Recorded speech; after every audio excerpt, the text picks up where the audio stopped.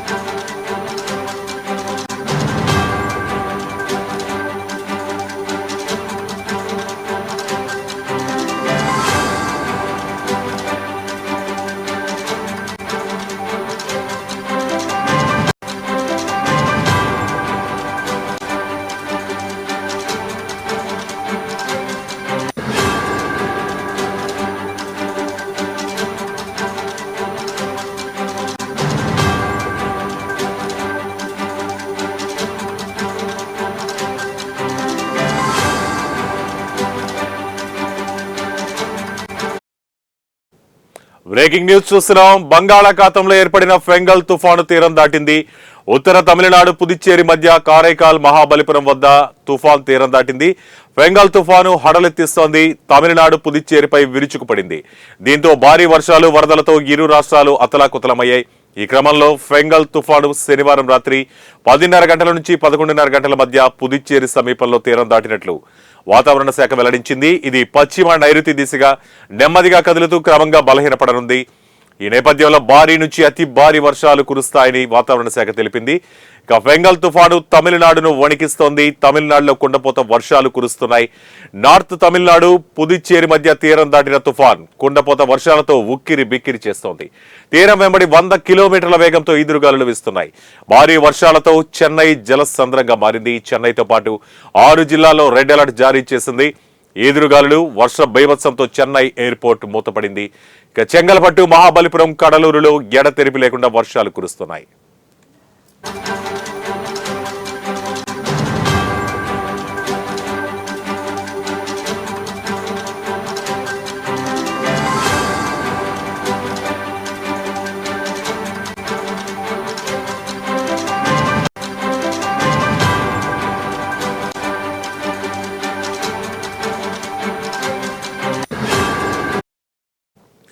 ఇక తుఫాను బీభత్సంతో చెన్నైలో జనజీవనం స్తంభించింది. వరదల దాటికి రహదారులు చెరువులుగా మారాయి.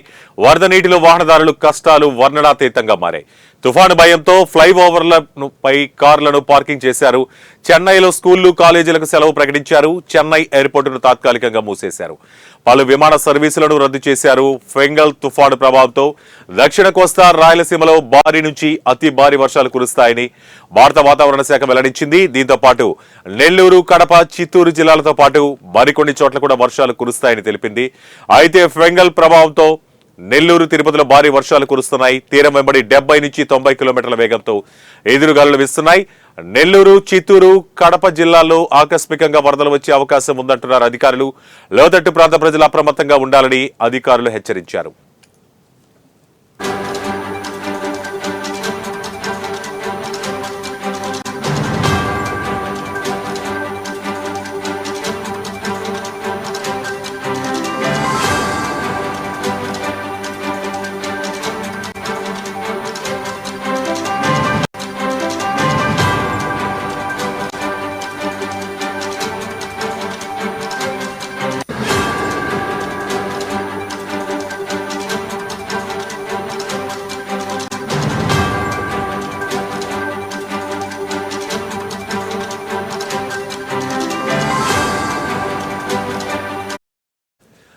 ఇక తిరుపతి జిల్లాలోని సూళ్లూరుపేట, తడ, దొరవారి సత్రం, నాయుడుపేట, పెళ్లకూరు మండలాల్లో ఈదురుగాలులతో కూడిన భారీ వర్షాలు కురుస్తున్నాయి.